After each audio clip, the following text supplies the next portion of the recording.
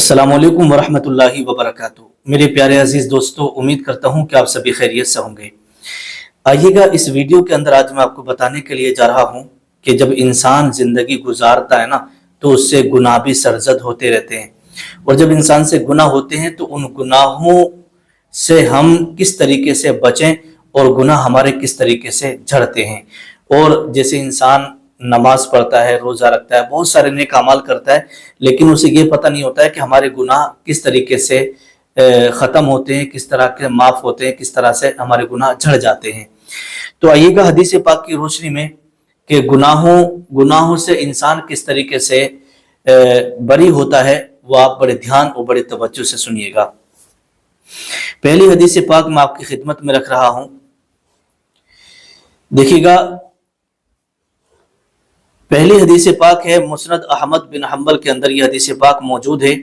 हजरत अबू ज़र ग़िफ़ारी रज़ी अल्लाह तआला अन्हु से रिवायत है कि एक मरतबा रसूलुल्लाह सल्लल्लाहु तआला अलैहि वसल्लम मौसम ख़िज़ा में सैर के लिए बाहर तशरीफ ले गए, है ना। जो मौसम ख़िज़ा था, बाहर तशरीफ ले गए तो देखा कि ख़िज़ा रसीदा पत्ते दरख्तों से नीचे खुद ब खुद गिर रहे हैं। आपने एक दरख्त की दो शाखों को अपने मुकद्दस हाथों में पकड़ा और इरशाद फरमाया, ए अबू ज़र। उन्होंने अर्ज की, या लब्बैक या रसूलल्लाह सल्लल्लाहु तआला अलैहि वसल्लम। तो आपने फरमाया, बंदा जब अल्लाह तबारक व तआला की रजा की खातिर नमाज पढ़ता है तो उसके जिस्म के गुनाह देखो इस तरीके से झड़ जाते हैं।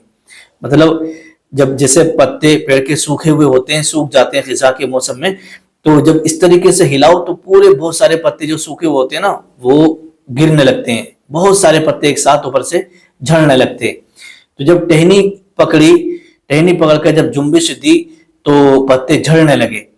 तो इसी तरीके से हुजूर सल्लल्लाहु तआला अलैहि वसल्लम ने फरमाया, ए अबू ज़र ग़िफ़ारी, जब बंदा नमाज पढ़ता ना तो उसके गुनाह भी इसी तरीके से झड़ जाते हैं और उसके जिस्म से उसके गुनाह निकल जाते हैं।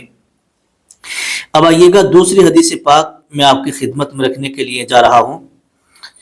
दूसरी हदीस पाक के बारे में सही मुस्लिम शरीफ के अंदर यह हदीस पाक मौजूद है कि अबू हुरैरा रज़ी अल्लाह तआला अन्हु से मरवी है कि हुजूर सल्लल्लाहु तआला अलैहि वसल्लम ने सहाबाए किराम से इरशाद फरमाया, क्या मैं तुम्हें ऐसी चीज ना बताऊं जिसके सबब अल्लाह तबारक व तआला तुम्हारी खताओं को माफ फरमा दे और आपके दराजात को बुलंद कर दे। तो सहाबा ने अर्ज किया, या रसूलल्लाह सल्लल्लाहु तआला अलैहि वसल्लम, आप बता दीजिएगा। तो अल्लाह के नबी सल्लल्लाहु तआला अलैहि वसल्लम ने इरशाद फरमाया, जिस वक्त वुजू आपको नागवार गुजरे, यानी सर्दी का मौसम हो और आप को ऐसा लगे कि यार वुजू कैसे करेंगे, इतनी ठंड लग रही है, इतनी सर्दी हो रही है, तो उसी वक्त के बारे में हुजूर सल्लल्लाहु तआला अलैहि वसल्लम ने इरशाद फरमाया कि जब आपको वुजू करना नागवार गुजरे तो उस वक्त वुजू कामिल करना और मस्जिदों की तरफ कदमों की कसरत और एक नमाज के बाद दूसरी नमाज का इंतजार करना, इससे इंसान की खताएं माफ होती हैं और गुनाह माफ होते हैं। और दूसरी हदीस पाक के अंदर लिखा, यानी नमाज की मिसाल देते हुए हुजूर सल्लल्लाहु तआला अलैहि वसल्लम ने इरशाद फरमाया कि नमाज पंजगाना की मिसाल ऐसे ही है, अल्लाह तबारक व तआला उन नमाजों की बरकत से गुनाह मिटा देता है। जैसे सही मुस्लिम शरीफ की हदीस पाक है, हजरत अबू हुरैरा रज़ी अल्लाह तआला अन्हु बयान फरमाते हैं कि मैंने रसूलुल्लाह सल्लल्लाहु तआला अलैहि वसल्लम का ये इरशाद सुना। आका ने फरमाया कि तुम में से किसी के दरवाजे पर नहर जारी हो, यानी नहर बह रही हो, और वो 5 मरतबा उसमें कोई शख्स गुस्ल करता हो, यानी जिसके दरवाजे पर से नहर निकल रही हो और वो शख्स 5 मरतबा दिन में गुस्ल करता हो, उसमें नहाता हो, तो ये बताओ क्या उसके जिस्म पर कोई मैल बाकी रहेगा? तो सहाबाए किराम ने अर्ज किया, उसके बदन पर कुछ भी मैल बाकी नहीं रहेगा। तो हुजूर सल्लल्लाहु तआला अलैहि वसल्लम ने फरमाया, ऐसे ही یہ جو نمازیں ہیں، 5 وقت کی جو نمازیں ہیں، جب انسان انہیں پڑھتا ہے تو ان 5 وقت کی نمازوں کو جب بندہ پڑھ لیتا ہے تو اس کے گناہ جھڑ جاتے ہیں اور اس کے جسم پر بھی کوئی میل باقی نہیں رہتا ہے، اس کے جسم پر بھی کوئی میل باقی نہیں رہتا ہے۔ تو اسی کے تعلق سے حضور صلی اللہ تعالیٰ علیہ وسلم نے یہ مثال دے کر کے فرمایا ہے۔ تو میرے پیارے اسلامی بھائیوں اور اسلامی بہنوں، یہ اس کا کہنے کا مقصد صرف یہی ہے کہ آپ 5 وقت کی نماز پڑھیں۔ انسان سے گناہ ہوتے رہتے ہیں، جب آپ نماز پڑھیں گے تو نماز پڑھنے سے گناہ معاف ہوں گے، اللہ تبارک و تعالیٰ مغفرت فرمائے گا اور پھر آپ گناہوں سے بچنے بھی لگیں گے۔ امام بخاری اور امام مسلم سے یہ روایت ہے کہ حضرت ابو ہریرہ رضی اللہ تعالیٰ عنہ سے روایت ہے کہ حضور صلی اللہ تعالیٰ علیہ وسلم فرماتے ہیں، قیامت کے دن میری امت اس حال میں بلائی جائے گی کہ منہ اور ہاتھ اور پاؤں سے وضو کے آثار چمکتے ہوں گے، یعنی ہاتھوں سے اور منہ سے وضو کے آثار نمایاں ہو رہے ہوں گے، جس سے ہو سکے چمک زیادہ کرے۔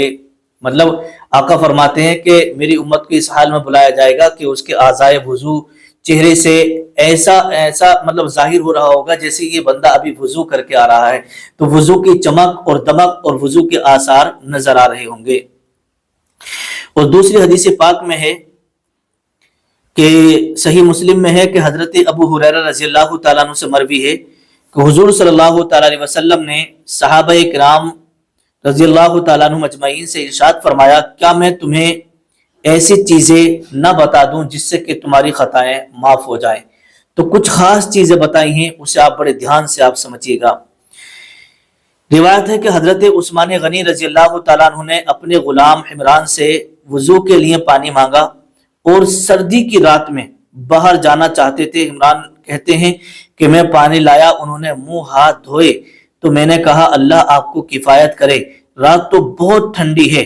اس پر فرمایا کہ میں نے رسول اللہ سے سنا ہے کہ جو بندہ وضو کامل کرتا ہے تو اللہ تبارک و تعالی اس کے اگلے پچھلے گناہوں کو معاف فرما دیتا ہے۔ اور دوسری طبرانی کی حدیث پاک ہے، حضرت امیر المؤمنین مولا کائنات حضرت علی کرم اللہ وجہ الکریم سے روایت ہے کہ رسول اللہ صلی اللہ تعالی علیہ وسلم نے فرمایا کہ جو شخص سخت سردی میں کامل وضو کرے اس کے لیے 2 گنا ثواب ہے۔ جیسے بہت زیادہ سخت سردی ہو رہی ہے اور سردی کے موسم میں جو لوگ نماز پڑھتے ہیں، وضو کرتے ہیں، تو انہیں 2 گنا ثواب ملا کرتا ہے، کیونکہ اتنی سردی کے موسم میں لوگ آرام سے بستروں پر لیٹے ہوئے ہوتے ہیں، آرام کر رہے ہوتے ہیں، اور جو نمازی لوگ ہوتے ہیں وہ اپنا بستر چھوڑ کر نماز پڑھنے مسجد میں جاتے ہیں، تو اس لیے انہیں 2 گنا ثواب اللہ تبارک و تعالی عطا فرماتا ہے۔ السلام علیکم ورحمۃ اللہ وبرکاتہ۔